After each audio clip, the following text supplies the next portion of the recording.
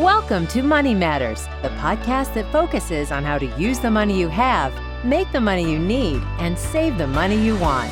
Now, here is your host, Ms. Kim Chapman. Welcome to another edition of Money Matters. Today, we're going to talk about one of my absolute favorite things to do, and that is travel. I think that's actually one of the motivations I get up and come to work.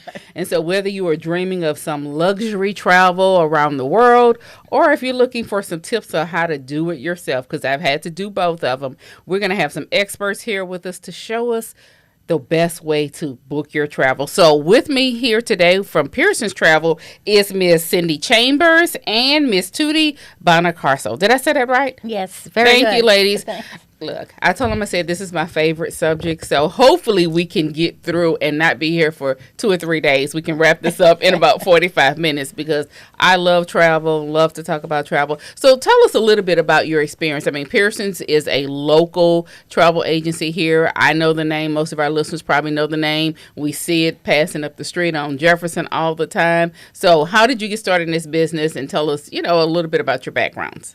I actually started at Pearson's Luggage, and in 1981, Mr. Pearson decided to open a travel agency, and I was there, so I just kind of moved over to the side and started working in the agency business. We hired one person that was moving back into Baton Rouge who had been in the business forever. And so she was kind of my teacher. Back in those days, we had to handwrite tickets. There was no computers to do all the tickets and everything else for you.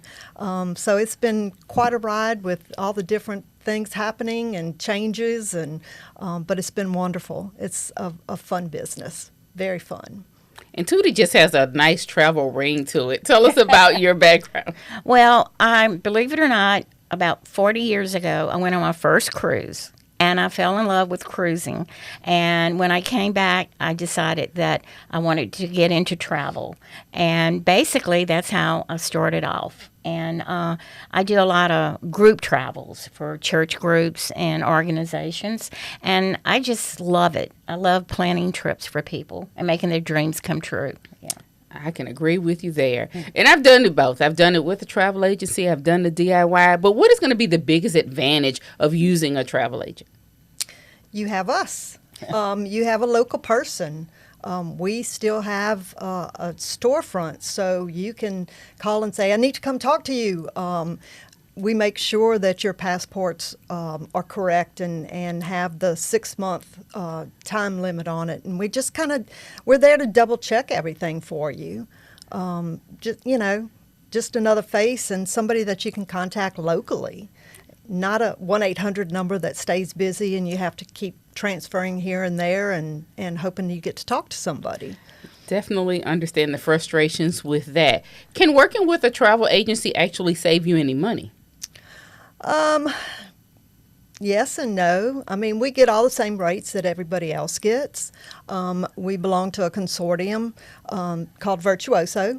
And it's a group of travel agencies. And what they do for us is they might put together some different trips or different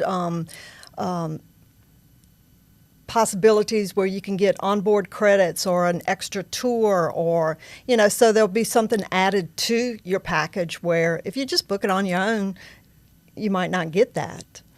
So I know definitely one of the benefits, of course, Pearson's is that you're local. Somebody can walk into that storefront. But what should a consumer look for if they're trying to pick a travel agent, whether they, maybe they're outside of the Baton Rouge area and they can't come in and visit you, lovely ladies. What should they be looking for in terms of selecting a travel agency? Okay. Well, first of all, when you start to look for a travel agency or a travel agent, you should maybe ask your friends or family, for a referral. You also should go on their website, see their credentials. Are they a member of the Better Business Bureau? Also, do they have what they call an IATAN license that each travel agency has to have to operate as a travel agency? And just look at the reviews. And that's the first thing that you should do when you start to look into a travel agency. All right, so what are the popular places for 2025 right now? And I know they're going to be different. You have for family, you have for couples, and then you need the whole package. We're still doing a lot with Italy, London, Scotland. Croatia is something that has popped up. I think a lot of people went and visited, got off a cruise ship and visited and then decided they needed to go back. We do a lot of the Caribbean. It all depends upon how many people are going and if do they want to go see history or whatever. Greek Isles is so very popular right now. What else? Oh, and number one, river cruises. Oh, yes, river Everyone cruises. Yes. is booking a river cruise to Europe. I mean, they also have river cruises, too, down the Mississippi, but, I mean, nothing against the Mississippi, when you can go to Europe for the same price. So river cruises are very, very popular, especially for the senior age group. And people are leaning towards smaller cruise ships, less passengers. They want more personal service, and they're willing to pay that amount. So you mentioned that the seniors love the cruises. What are you seeing for millennials, Gen Zs, in terms of travel? It depends upon, they've got tour companies that do biking and hiking. So if they're very athletic and want to really see the countryside, we're booking tours that include a lot of hiking, spas, destination spas that, they can just go and relax after, being so confined to the workplace and using that brain too much. They can just go relax. But they still love the cruises too. They still love the cruises. So a lot of times we overlook things right here in our backyard. What are some of the hidden treasures right here in Louisiana that somebody may not be aware of that's a great place to book a travel to? Yeah. We were talking about this the other day. To me, Natchitoches. A lot of people, there's so much that Natchitoches has to offer. Meat pies and Christmas, right? Right. Yes. And history, and it's just, Cindy and I both love Natchitoches. Also, Avery Island is a great trip if you want to do just a one-day. Get that hot sauce. One-day trip. The other was... we have, and our state parks. People forget about how nice our state parks are. They, now since COVID is over with, they, have refurbished a lot of the cabins. They're over the water, and it's just, a quick trip. And you can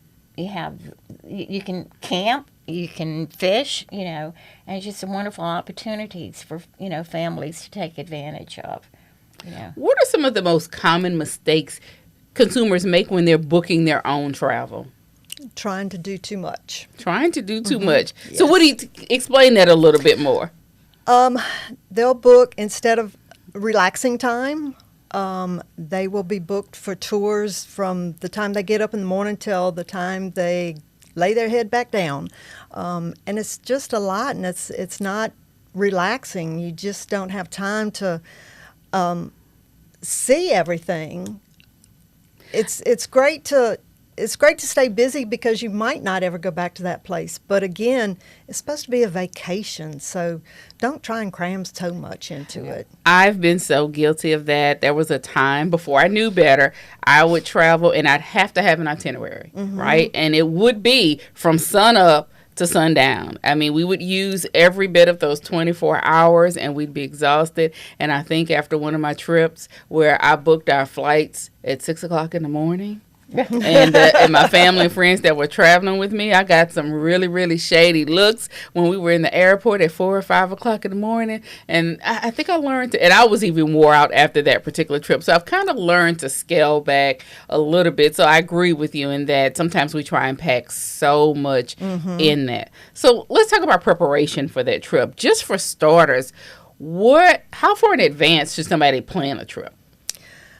We are planning trips anywhere from 2 years in advance to 2 months in advance.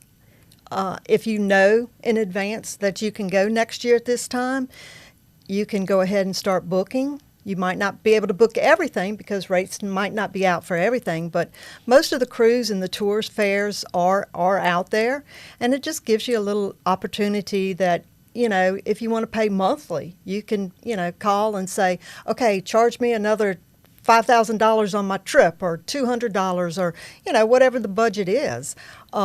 If you want to go in 2 months, we have, especially at Christmas time, we get a lot of call-ins going, okay, I want to go somewhere for Christmas, and, it's a rush, but at that point you kind of have to take what is left, because everything might be booked up. So the further in advance, the better. So I know that, the holidays, we have Black Friday, and then there's Cyber Monday. And I only recently, became tuned into Travel Tuesday, in that they're supposed to have some really good discounts on Travel Tuesday. Is there any other time of the year that's a sweet spot, or is there a sweet spot in terms of, 6 months out before your vacation is better than booking a year out? Definitely, I know about the little 21-day rule in terms of the airline. Is there really a sweet spot time that's better than others? No, not really, because if there's availability, the cruise lines might decide to go ahead and offer a discount, or the tour companies, just to fill it up.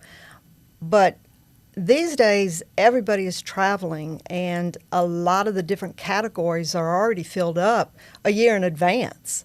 So it's possible you might get a discount or something on it.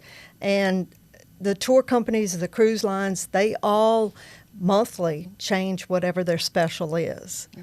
So, and I just like to add, one of the things that we do at Pearson's Travel, when you book a trip with us, if it's with the cruise lines or a tour company, if the rates go down and they apply those lower rates to your date of travel, and you have not paid your final payment, we can pass those savings on to you as one of our customers. The internet's not going to do that. So we always really monitor our trips for our clients, because we want to get you the very best rate that we can at Pearson's, so that you'll come back and tell others. It's hard for me to think of why people don't travel, but there's so many different myths about travel out there. For example, I can remember going to New York years ago. All I heard was, New Yorkers are so rude. And I was almost a little anxious or apprehensive going, because they had me thinking that these people were just going to, kick you to the curb. And they were the nicest people. They were as nice as we are down here in Louisiana with our Southern hospitality. So what are some other travel myths that are out there that maybe you can debunk at this time? Well, one of them is, traveling as a solo, especially for ladies, is unsafe. And that's not true anymore. Shh, my daughter's listening. Oh. Well, some of the cruise lines now have, especially like Norwegian Cruise Line, offers a special for solo travelers. Just about on all their ships, they have certain cabins designated for solo single travelers. And to get to these cabins, you have to go through a certain lounge before you can reach your stateroom. So by going through this lounge, every time you go in and out, you get to meet others. And I have a client that travels this way, and she's met more friends, and they'll end up going to dinner together. They end up doing tours together. So traveling solo is now way safer than people think it has been. And I'm sorry to tell you this for your daughter. She's just started. She loves to travel, of course. And so she's trying to plan a trip for herself. She wants to go to New York. And I'm like, no, I don't think you should do that one by yourself. But, once they hit 18, they think they can do whatever. Right. So we might have to edit that little. You can travel by yourself out. Yeah. So another myth, or maybe it's not a myth, is that it's cheaper to book on a Tuesday. What do you say about that? Because I know I'm always looking on a Tuesday. So am I wasting my time? We talked about that, because it started out on Sundays, and then it was Tuesdays, and then Wednesdays and Thursdays. So, you can check it every day to see if the fare has dropped. I mean, most people like to go out of town on Thursday, Friday, and Saturday. So if you can travel on like a Tuesday or a Wednesday, that's usually less expensive. Definitely for the hotel stay. Yeah. Oh, yes. But, I would just check it for a week or so and see what's going on. And if you get a really inexpensive fare, jump on it. If not, after you've checked it for a week to see which day is cheaper, then the following week, take that day and see if it's still there and book it. So what you're saying is I should probably do a little bit more work on Tuesdays instead of watching the Travel Network, because I definitely have bought into that one. I'll look on Tuesdays, especially Southwest. They always send me a little email on Tuesdays, and so you have to kind of watch that. So one of the places that I've actually never done is an all-inclusive resort. What is the deal on that? Is it worth the money? It does include. It's kind of like the cruise, so it includes all your food. And with the all-inclusive, it includes all your alcohol, too. So if you like to eat and drink, then it's definitely worth it. I've got a family that booked just a regular resort because they said, we don't eat that much, so why should we have to pay for all of that? And, we don't drink either. So, we're good without any of that. So it depends upon the family. Most of the time, I think it works out better if you do the all-inclusive. So I've kind of been on both ends of the spectrum. I started out traveling on a budget. Every now and then I like to splurge and do things a little bit nicer. So what are some of the tips that you could offer somebody that wants to travel? What are those budgeting tips that can help them make that vacation nice for themselves or their family, but they have a shoestring budget or just a certain dollar amount that they want to stay in? Well, normally when someone wants to travel on a budget, they really need to plan their trip like a year in advance. So that way they can maybe set up a little travel account. They need to also book their accommodations ahead of time, and a lot of time go through the hotel directly, because you can get like maybe a discount if you're a senior citizen, or if AARP, or military. And while you're on your trip, instead of having a driver or taking the train, maybe use a public transportation to take you around. And especially in Europe, instead of going to a restaurant, there's so many little grocery stores or little that you can pick up, cheese and stuff to make sandwiches, or little city cafes just out on the, sidewalk that you can get a really nice affordable lunch. Yeah. I heard you say sandwich, and I just remember being a kid, and my dad would load up the ice chest and make the sandwiches before we would hit the road. And I dare to say Astroworld, but then I'd be aging myself for the audience, and I want them to still think I'm 25.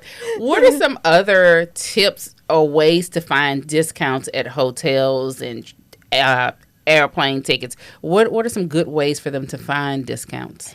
A lot of people, if we're booking your hotel, we'll look at different tour companies or websites like hotels.com or Kayak, or, we're checking with hotels. But I also check with the hotels directly, because a lot of times you can still get a lower rate because there's a promotion that's not being shown on hotels or booking.com or Travel Velocity.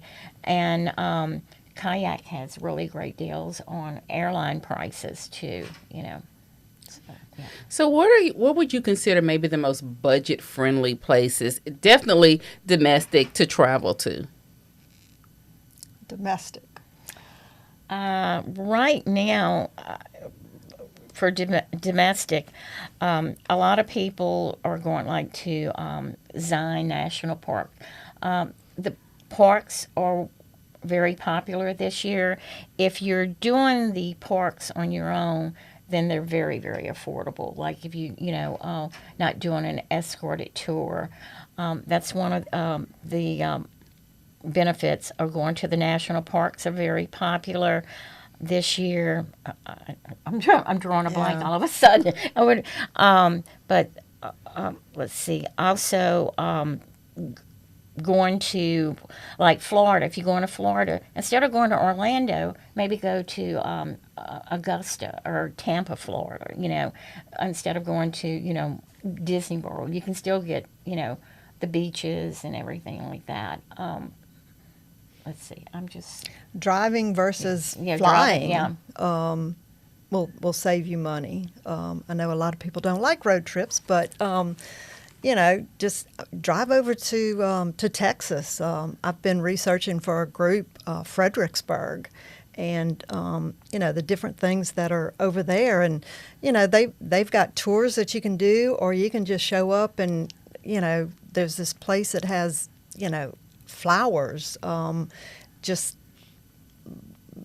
rows and rows and rows that you can walk through, and just look at where you want to go and just take off and go. And you don't have to. You can stay off the interstate at the first hotel you see, and kind of look at the area, make sure it's safe. But just you don't have to stay in the middle of the resort or the middle of the town or something like that. Well, that's why they can definitely call experts like you to find those actual places that have those little hidden treasures. And I imagine between the two of you, with all the experience, you've traveled a lot of places. What are some of the most unexpected or unique experiences that either of you have experienced in your years of travel? 2 years ago, I did a trip to Africa, and I love animals, so I was really excited about going to see all the animals. But when we got there, it was unreal. It was so unreal. The first place we went, we were in Uganda, and we did the trekking with the gorillas. And we had these young boys and girls that would carry our backpacks and our water and everything and give us an extra push up the hill or whatever. But when we got to where the family of gorillas were, we just sat down, and they were just like, right there in our face, and they were looking at us and we're looking at them, and they were just magnificent creatures. And then to do the safaris, to actually see all these animals in the wild, and stay in the glamping tents, because it definitely wasn't camping. It was just, the people were wonderful, and the scenery, the animals, it was more than I even expected it to be. So yes. You mentioned glamping. Do people use travel agencies to put together glamping trips? Yeah. I've never done one. I've done the camping. I have a son, and so we've done the Boy Scouts, and we've slept on the ground. But I think, I'd like to try out glamping just once. But I want to talk a little bit, I was trying to quiet down travel by yourself. Travel today definitely has changed compared to 20, 30, 40 years ago. Technology, AI, there's so many different scams in every field. Oh, and definitely. So travel definitely is not exempt from that. What are some of the common travel scams that consumers should be aware of? Well, if it says, buy one, get one free, basically it's not true. It's the regular price, and they're just splitting it in half. So a lot of people don't realize that when they see that being advertised. If it's extremely inexpensive, then whoa, there's the red flags, the bell should be. Red flag. Yes. So if you see something like that on the internet, before you send any money, you need to check that hotel.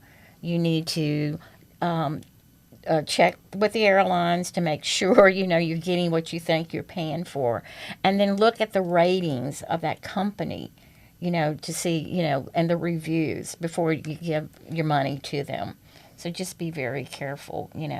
I'm not saying the internet, everything on the internet is not, legit, but there are a lot of scams out there, and you just have to be very, very careful, So other than the too good to be true, are there any other red flags that you could think of that consumers should be on the watch for? If somebody contacts you right after you Google something, that could be a really big red flag. I mean, they're getting into our computers and phones and everything we Google and everything we search, and all of a sudden you're getting an email from somebody saying, I saw you looking for this, I can do it cheaper, or, be a little wary. Yeah, definitely a little wary. So let's talk a little bit about travel insurance. Is it something that you recommend? Is it worth the money? Yes. Yes, definitely. And they've got so many, the cruise lines and the tour companies all have their policies. And now some of them, if you cancel for not a valid reason, not a covered reason, you can still get at least 80% of your trip back for future cruise or future tour, something like that. But yeah, you definitely need insurance. If you're going to Europe, your health insurance is not going to cover you over there, so you're going to have to out of pocket, whatever goes on. With the insurance, you've got medical insurance with you. If the day before somebody in your family passes away, it's terrible to say, but it does happen. That is a covered reason, and you're going to get your money back. It's just, it is expensive, but it is worth it. It's definitely worth it once you find out that you need it. So you mentioned something I heard you say about your insurance won't cover you when you travel abroad. And I actually think about that because I did travel abroad somewhere in the midst of COVID. And I remember having to call my doctor because it was during the time that if you tested positive, they would make you stay an extra 10 days. And while I would love to, probably couldn't afford to. So I called my doctor to say, hey, I think if you had to stay there medically, there were some little conditions. So I had to call my doctor and say, hey, what's going to happen in all these different cases? So maybe something not as extreme as COVID. What are maybe some other little things, like you mentioned, your insurance may not cover you there, that people don't necessarily think about before traveling, which is something they may want to look into before they book a trip? Well, one of the things about the insurance is if your flight's delayed and if it's because of bad weather and you have to spend the night, the airline is not going to put you up. So with your Wait a minute, you're not going to put me up at the Hilton? Unless I don't want to it's sleep their in the fault. airport. Yeah, the airlines will only put you in a hotel if it's due to mechanical problems or it's their fault, or they don't have a crew. So with that being said, with this trip cancellation insurance, you have like an amount. It's usually like $150 per person per day that will cover your hotel, your meals, and any other expense that you have. So you would just save your receipt, and then when you came back, you would file a claim and get reimbursed. The most important thing that it covers is if you're over there and you have to be medically evacuated. That starts around, $50,000? Yeah. Wow. So, it covers for medical evacuation. Also, if you're on a trip and you receive a phone call that someone has passed away and you need to come back for death or medical, you would pay for your airline ticket to come back. You would get reimbursed for the cost of your ticket and for the portion of your trip that you didn't use. So, it's like we tell people, if you buy a new car, you're not going to drive it out, the dealership without insurance. So why wouldn't you insure your trip, So if I'm going to call a travel agency, what information should I have available before I pick up the phone or contact you via text or email? What information should I have available for you? And then what should I expect from my travel agent? Yeah. First of all, I would say your dates. Because people will call, and maybe where you would like to go. Because we'll get phone calls. I want to go someplace. I don't know where. I don't have any dates. Well, okay, but we need your dates. We need or your interests. If you don't have a destination, what are you interested in? And by using us and kind of giving us this information, and we'll find out your likes and dislikes, and we'll customize a trip for you to your likings. But we really need, to me, those, because we get those phone calls all the time. We just have to have a little bit of information. Yeah. And the other thing, we'll say, okay, well, what type of budget are you working with? And a lot of times you don't know because, how much does it really cost to go to Europe? But they'll say unlimited, I'm good, okay, whatever. And then so you put them in the nice 4 or 5-star hotels, and it's kind of like they freak out because it's so expensive. So, you can always say 3.5-star hotel is good for me. I don't need first class on the airline tickets, just as much information as you can give us Yeah. is wonderful. I definitely like to do a little research before I travel to a destination. Thank goodness for the internet. I remember years ago there will be the books. I think it was at Yes. Forbes. So are there any particular resources that you recommend for travelers to look? I actually now go on YouTube, which I absolutely love because they'll definitely be a little bit more up to date in terms of what's happening in that particular region. What would you recommend a traveler do their research in terms of looking up a possible destination? You can just just Google the country or Google the particular city that you want to go to, and see what is out there. You can also go on to, just to get ideas, some of the tour companies, and they'll have like an itinerary. No, you don't want to go with a tour company. You want to do it more on your own. You don't want to get up at 6 o'clock every morning and have your bags out. But they have an itinerary with pretty much the most popular places that everybody wants to visit. So you can kind of look at theirs and go, well, I'm really not interested in going to that museum, but I like this one down here, and just to see the different offerings that they have. So is there such a thing as a trip being too small to call a travel agency? Maybe I just want to book a nice getaway weekend to New Orleans. Is that something that you would say you don't even need a travel agency for? Or can I find value in calling a travel agency for maybe a weekend getaway? Yeah. We book hotel rooms in New Orleans all the time. And sometimes, depending upon where you want to stay, using our consortium that we belong to, you might get a free dinner, or you might get a spa credit, or, depending upon where you're staying or what you want to do. A lot of those managers from those hotels come up and visit, and, we're running low on this time of the month or whatever, and help us out. But, we're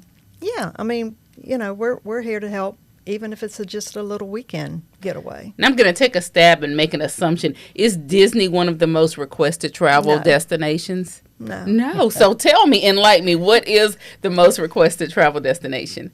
I think right now it's Europe and river cruising or cruising, the national parks. We do some Disney, but Disney for us has gotten to be something that everybody pretty much books on their own because they've been there 10 times already and they know what they want to do. And would you recommend somebody doing Disney with a travel agent for the first time? Because I imagine it can be overwhelming because there's so many different parks. Disney is so overwhelming because you have the meal packages, you have all the different parks, you have all the different hotels, and which one does this and which one can I get on the tram and ride in. And so, if you've never been, I would definitely use a travel agent. And I think I've got one other question because I told you we could be here. So, of course, hotels, you mentioned 3-star, 4-star, 5-star. Is there really a big difference in between the star ratings? How much value should we put in those ratings when we're looking at reviews or just looking at the hotel rating? Am I going to get a lot more if I pay the money for a 5-star than if I get a 3-star? Again, it kind of depends. If it's a 5-star and they're part of our consortium, then we can get you some different little upgrades and some specials and everything. But there's a lot of times the 3.5-star hotels are as good as some of the 4-star hotels. So I don't. In Europe, you really you don't want to go below a 3.5-star hotel because their ratings on their hotels are different than ours, as far as, the way we rate our hotels. But you can, in most hotels in Europe that we sell, I would have to say are 4 stars, and they're centrally located. And a lot of times you can get, when you have a travel agent working on your trip, we can a lot of times find a 5-star hotel at a 3-star price for you. Oh, no, that sounds good. Yeah, now, I know there's a lot that you do, so I do have to ask. Now, with there's so many changes, especially Southwest just mentioned that they're going to stop giving you free luggage, those 2 bags for free. can you show me how to pack now in just a carry-on? Can I call my travel agent and figure out how to make that happen? Come on, we're trying to get you some definite business, the right answer. Call Cindy. No, me personally, no, I can't do it. I've tried, and it just doesn't work for me because I want to take too much. But I do have customers that do it. I mean, all the hotels will have, or most of them have the laundromats, or you can send it out to the dry cleaners. Same thing with the cruise ships. So, if you want to bring one pair of black pants and one pair of navy blue pants and not 10 pair of shoes, then it can definitely be done. It can definitely be done. Are there any travel essentials that you think every person should travel with? You should never go on a trip without. I personally love the air tags because it helps you can see where your luggage is, if it gets delayed, where it's delayed at. And someone was talking this morning about putting one on their husband.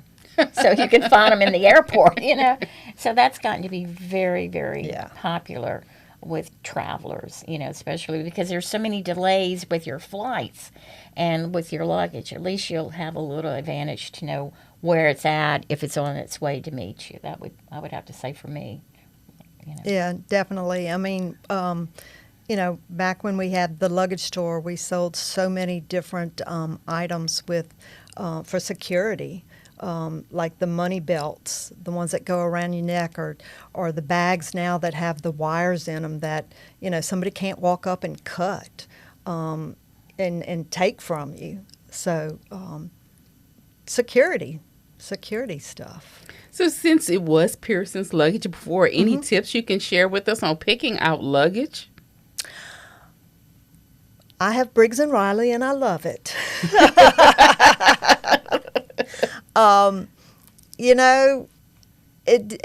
Everybody's different when it comes to picking out the luggage.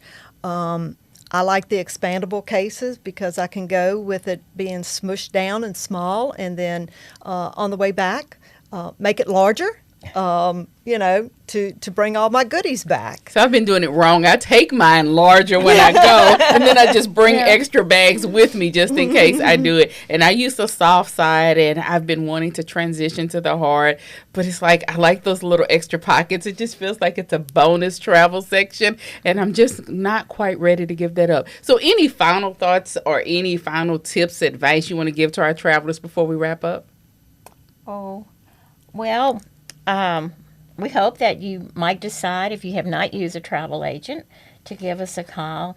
And, we're here to make, to us, booking a trip is like making your dreams come true. So we want to do that. We enjoy what we do. We will do everything possible to get you the most for your money. And we're always there. If you have a problem, we have people calling, at 2 or 3 o'clock in the morning. They're stuck in the airport. Even though we can't help you, we're there to at least comfort you or do our best to let you vent. And how can they reach you, ladies? How can they reach Pearson's? Well, cell phone numbers. If it's 2 o'clock in the morning. If it's 2 o'clock in the morning, we'll give you Tutti's cell number. But our office number is 225-926-3752. We're there Monday through Friday, 8:30 to 5:30. Somebody's in the office. We're answering the phones. So, come by, say hi, or give us a call. We'd love to help you.